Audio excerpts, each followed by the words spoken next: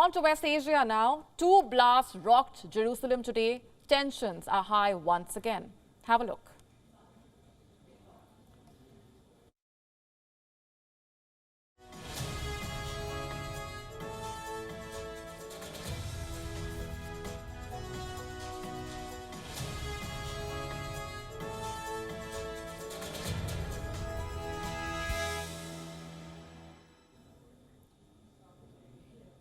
This is the first bomb attack on Israeli citizens in over 6 years.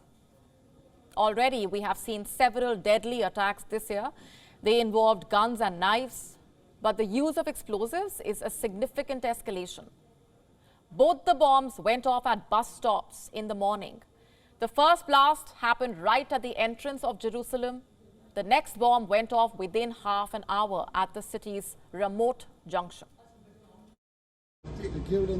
A short while after the attack, 5 injured arrived to us, 2 in a critical situation, 1 was in resuscitation, and unfortunately, after an hour of continuous resuscitation, we had to announce his death a short while ago.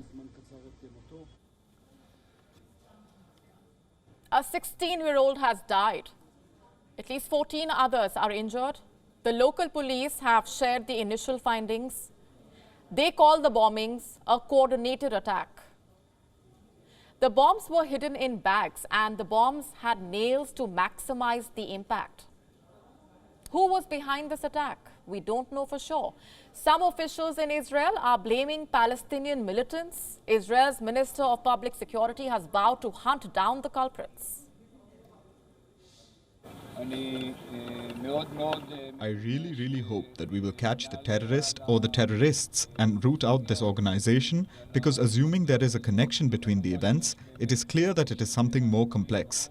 This was not something done by inspiration. This is not somebody who decided one morning to carry out an attack. I believe that with time we will reach, find and catch, alive or dead, those terrorists.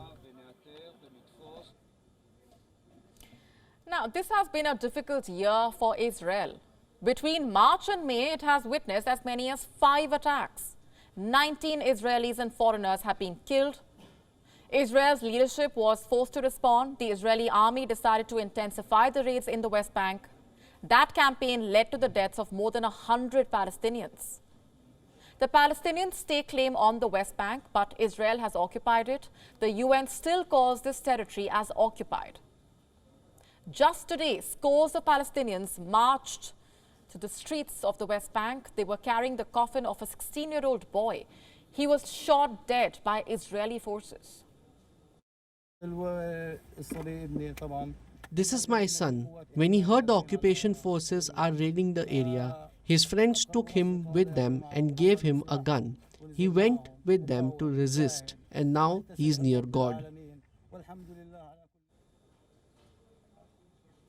These incidents of violence have received international attention, especially after the deaths of Palestinian-American journalist Shireen Abu Akleh.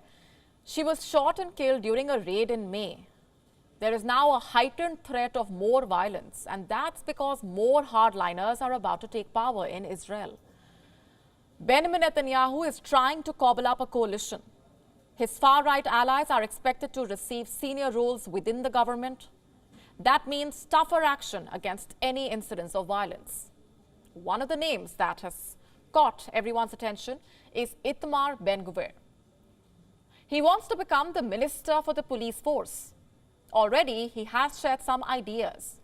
How will he counter incidents of violence triggered by the pro-Palestinian groups?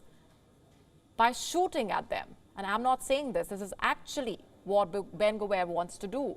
He wants to empower the police officers. They could be allowed to shoot at perceived threats. Ben-Gvir visited the scene of the blast today. He wants Israel to launch a campaign of targeted assassinations in response. בצורה מפורשת צריך לגבות מחיר מהטרור, לחזור לסיכולים הממוקדים, לעצור עכשיו את החפלות בבתי הכלא הביטחוניים, להפסיק את תשלומי הרשות תומכת טרור למחבלים. אפשר לעשות את זה, אני לא אדבר פוליטיקה, אבל חייבים להקים ממשלה כמה ש... He is not the only one provoking the rivals. A spokesman for Hamas today praised the blasts, but he did not take responsibility for them.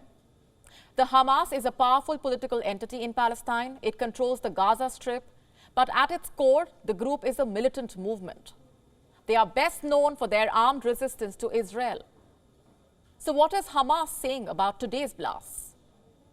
They have linked them to the crimes committed by the Israeli occupation and the settlers, an obvious reference to Israel's raids in the West Bank. In 2021, both Israel and Hamas fought a major conflict. The fighting lasted for a little more than 2 weeks. Hundreds lost their lives. Thousands were injured. The latest wave of the violence and the hawkish stance by the leaders on both sides is sowing the seeds of yet another confrontation. And we hope this does not lead to another conflict.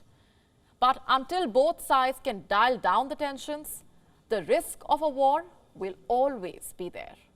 WION now available in your country. Download the app now. Get all the news on the move.